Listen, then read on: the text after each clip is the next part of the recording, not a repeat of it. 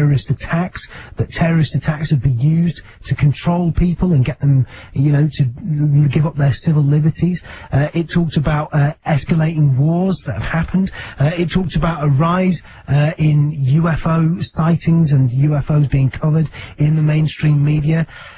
But it also talked about the world being controlled by shape-shifting reptiles that live in the center of a hollowed-out Earth and exist in the fourth dimension. Point for point for point, almost everything in that book has been proved to be, in a way, true, aside from that final thing, shape-shifting reptiles that control the Earth. So I want to talk to this guy now. His name is David Icke, specifically about that idea and that theory, and go through what various people have to say about it. David Icke, thanks for joining us on the show. No problem, Nick. So, I mean, I just mentioned in the intro there, I've read your work. I've not read every book you've written, but I've certainly read quite a few. And what I want to talk to you about is specifically the idea, possibly the idea for which you're the most famous, which is that there are shape-shifting reptilians who are extraterrestrial reptilians that control this planet. Now, is that something that you believe, yes or no? Oh, God, yes. You know, I didn't sit in a darkened room coming up with this theory, nor did I go looking for it. I have traveled immensely all over the world, been to 50 countries now researching this and talking about it. And when you come across the same information from people from all walks of life, all over the world, of the experiences they've had, and I heard some more this very weekend, and when you then see in ancient accounts the same phenomena being described, and when you talk then to insiders who privately talk to you because they don't agree with what's going on, but are stuck inside organizations like the CIA and other groups and can't get out, and they tell you the same thing, then either you say it's beyond my religious belief system or scientific belief system, so I'm not going there, or my goodness me, what are people going to say if I talk about this, and therefore don't go there. Or you can be like me, who doesn't give a damn what people think of him. I'm interested in what's going on, and I don't edit information by fear of what people will say about it, nor fear of consequences in any way, shape or form. And this started coming into my life in, I guess, towards the second half of the 90s, particularly in the latter half of the 90s, from about 97. And it took the form of meeting people who were telling me of their experiences, of seeing people, often in positions of power, but not always, change from a human form to a reptilian form and then back again in front of their eyes. And the number of stories that I've been told and the incredible common themes have just grown and grown and grown until they're a mountain, a tidal wave, however you want to symbolize it. But well, most famously, it's the idea is that the royal family are shape-shifting reptiles, or members of the royal family. Well, yeah, and let me put some history on this. Wherever you look, Nick, all over the world, in among native peoples and ancient accounts, you find a common theme, and that is of an interbreeding between humans and a non-human race, which over and over takes a reptilian form to create hybrid bloodlines, a fusion of the DNA. Now, hang on, if I can just interrupt you there. I heard you talk about that, and I went down to London where there's a museum, and they have Sumerian texts which talk about the gods having sex with people. And is that what you're talking about? The gods would then be the reptilians, literally having sex with human beings? Well, I mean, quite possibly literally having sex, but a lot of this stuff is done by real high-tech means. I mean, You know, we're talking about entities that are vastly in advance of where the human race is currently in the mainstream, though not necessarily in the underground bases and the secret projects so much, ahead of where we are in terms of understanding genetics and technology and the body and reality in general, which gives them a massive advantage over a human population that's basically ignorant of all those things. But these hybrid bloodlines became what are known in the ancient texts as the demigods, the part human, part gods, because these advanced, at least technologically advanced, these advanced entities technologically were obviously perceived as gods. I mean, when some members or groups of the U.S. military in the last century, the earlier part of the last century, went into some parts of the world which had not seen people like that and not seen the technology they had, they were perceived as gods as well. And so you can see how that would come about. And these hybrid bloodlines were the ones that became the royal families of the ancient world. For instance, the Chinese emperors used to claim the right to be emperor because of their descendants, their genetic descendants from the serpent gods. See, in China and the Far East, all those cultures are founded on the symbol and the myths of the dragon. Well, that comes from this reptilian connection. So these royal families all over the world were given the right to rule and justified their right to rule because they had the genetics of the gods, this hybrid genetics. And this is where the whole idea comes from of the divine right to rule and the divine right of kings and all that stuff. It's not, you know, a God as people perceive God in whatever way they do. It's the divine right to rule because of your bloodline. Let's just let's bring the royal family in here, Nick. Across the water from me, here on the Isle of Wight in London, we have a head of state in the UK today who is only head of state because of her genetics and her bloodline. You know, if she had a different genetics and a different family history, she might be, you know, cleaning Buckingham Palace, not living in it. But the whole point is that these royal bloodlines ruled the ancient world, and they became the bloodlines that ruled the Roman Empire. They moved up into Northern Europe. They became the aristocracy and royal families of Europe. This is where the whole interbreeding and the obsession with interbreeding comes from among royals and aristocracy all over the world, and now in the big financial, banking, and political families which have followed on. It's because they're holding a particular genetic structure together, which is very quickly diluted if you interbreed with outside of itself.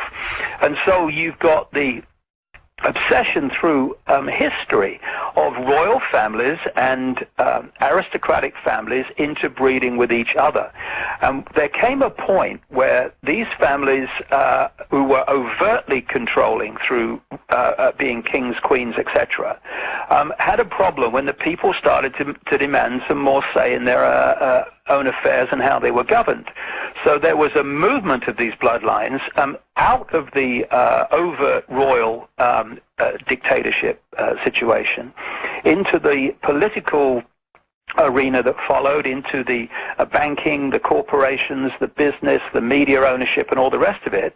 And now these families, which are now wearing dark suits, most of them, rather than crowns and coronets, they sit atop these pyramids that control the global media, the global banking system, the global transnational corporations, et cetera, et cetera. Okay. And they work as one unit. And what they've created is a equivalent of a transnational corporation, which is, in their terms, it's a secret society network, where you have the headquarters in Europe, massively in London, but other centers like France and Germany as well. And they have in each country a secret society subsidiary company, if you like, where the bloodline families in those particular countries orchestrate their sphere of influence, whether it's the United States, South Africa, Australia, wherever, in line with the centrally dictated agenda. So when I've traveled around the world, I've seen the same things happening in country after country, the same legislation justified by the same excuses, and this is how it's done, because this family of reptilian human hybrids have created this global spider's web secret society structure in which they move as one unit. And so you have had the incessant centralization of power, decade after decade after decade after decade, because when there's a few of you compared with a global population, you have to centralize decision-making if you're going to have power over the many. And we've even got a name for it now called globalization. And these families, these hybrid families, are behind that incessant push for centralization of global power. Okay, so if I could just recap then. It's Kerrang! It's the night before. We're talking to David Icke at the moment, and we're talking to him specifically about the idea that the world is controlled by reptilian beings from, literally, am I right in saying, David, from another planet? These things... Well, no, well, you know, what is another planet? I mean, I'm saying from outside of... the human frequency range of visible sight, what is known as by scientists as visible light, which is a tiny frequency range that the human body can decode. You know, people think that we live in a kind of a world. We don't. We live in a frequency range which the human body computer, which is what it is, can decode. And outside of that is what scientists call dark matter or dark energy, and that's not dark in the sense that it's, you know, like the light's off, you can't see. They call it dark because luminous matter, luminous energy, is the only form that the body can decode. So anything outside of that we can't decode, and they call it dark matter, dark energy. Okay. And that's where these reptilian entities operate in, a frequency range just outside of visible light. So in the normal course of everyday experience, you can't see them. But when they enter visible light, which they do occasionally, then you see them, and because they're entering the frequency range that we can read and decode. Okay, so I want to recap here so that people can follow what we're talking about. These creatures, the reptilian entities, if you look in the ancient texts, if you get, you know, even in the Bible, there are hints of this presence, and a non-human presence on this planet, and then as history progresses, they kind of vanish and they stop being mentioned. And this ties in with things like you can't lay your eyes on the emperor and so on and so forth.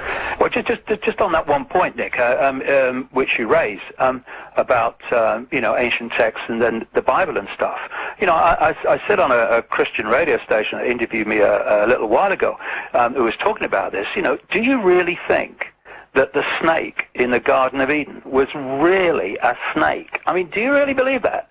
And also, when you look at the ancient accounts around the world, and of course the Bible is just one version, you find the same recurring theme of the Garden of Eden type situation involving reptilian entities. And by the way, the Hebrew name for the snake in the Garden of Eden, if you like, is actually means a two-legged, standing upright humanoid reptilian. And in the story of the Bible, the snake loses its legs as well. But one of the things that I want to ask you about, the reason I'm pinning you down on this, right, is because I'm a fan of your work, and I've read a lot of your books and been to your talks. But one of the things that irritates me is people will talk to me about your theories, and they'll say, oh yeah, when he says that, he means the devil. Or, oh yeah, when he says that, he means like a specific race of people, like Jewish people, which doesn't quite add up because the Queen isn't Jewish. But do you know what I mean? So people will always try and make out that you're talking in metaphor. No, it's not a metaphor, Nick. No, I'm literally talking about reptilian entities that operate just outside of visible light. It's Kerrang! It's the night before. Currently talking to David Icke.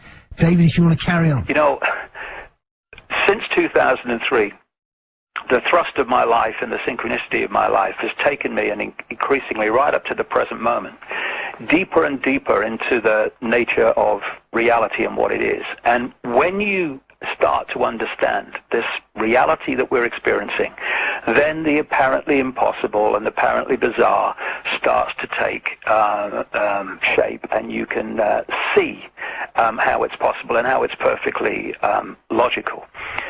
If this world is literally solid, and these bodies, the human bodies, are literally solid, then shape-shifting is impossible. And I'm the first one to say that. You can't shift from a solid body to a solid body and back again. It's not on. But our bodies are not solid, and neither is the world, the reality that we experience, as quantum physicists are now long established.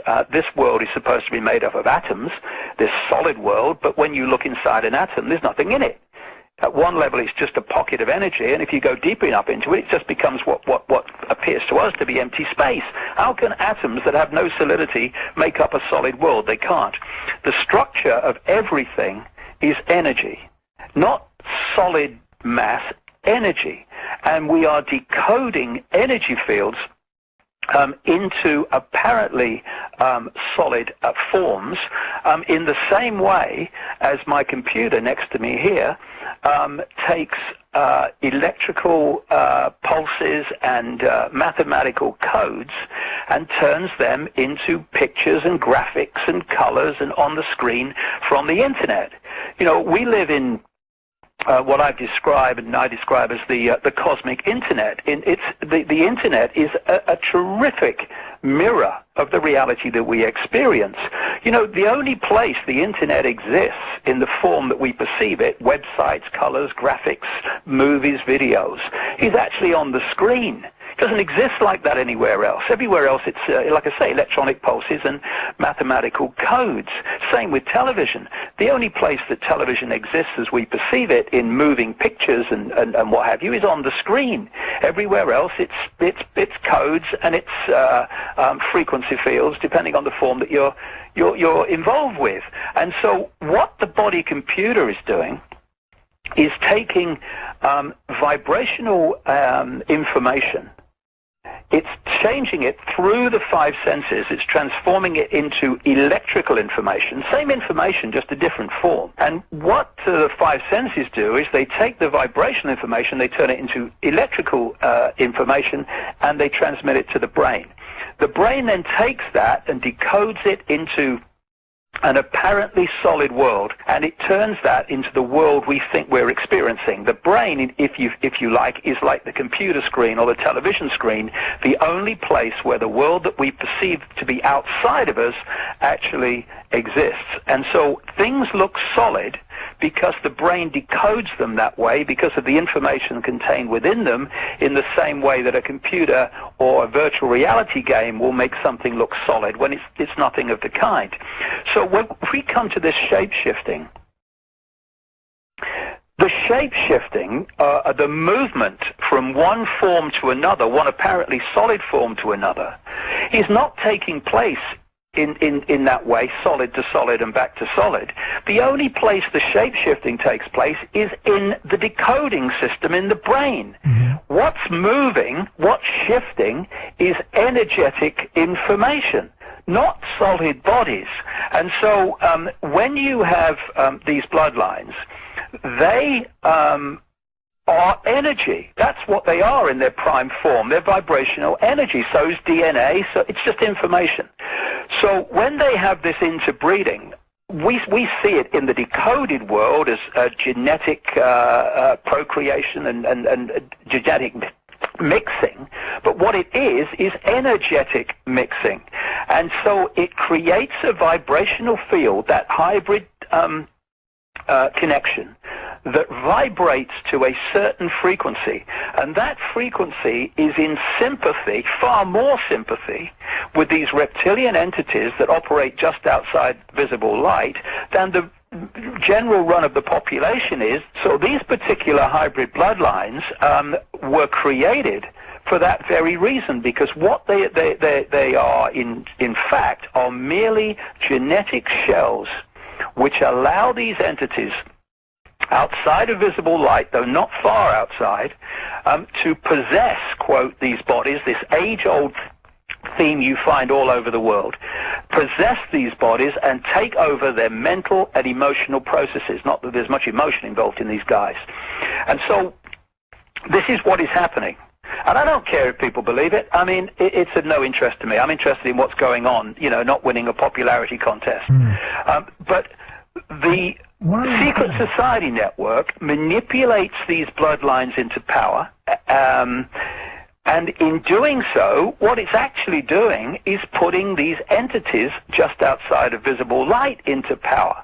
And this is why people who can tease out a wider visual frequency range than most people, what people call psychics and stuff, visual psychics, that's why they see these entities overshadowing these people in power, like the Bush family and the royal family and all this stuff.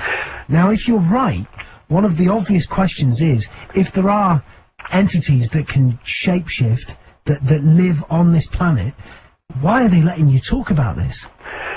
Well, because first of all, there are forces at work that are not trying to manipulate anybody, but are trying to make people aware of the manipulation. And let's not get caught in the idea that these entities are all powerful. If they were all powerful, they'd have taken over a long time ago.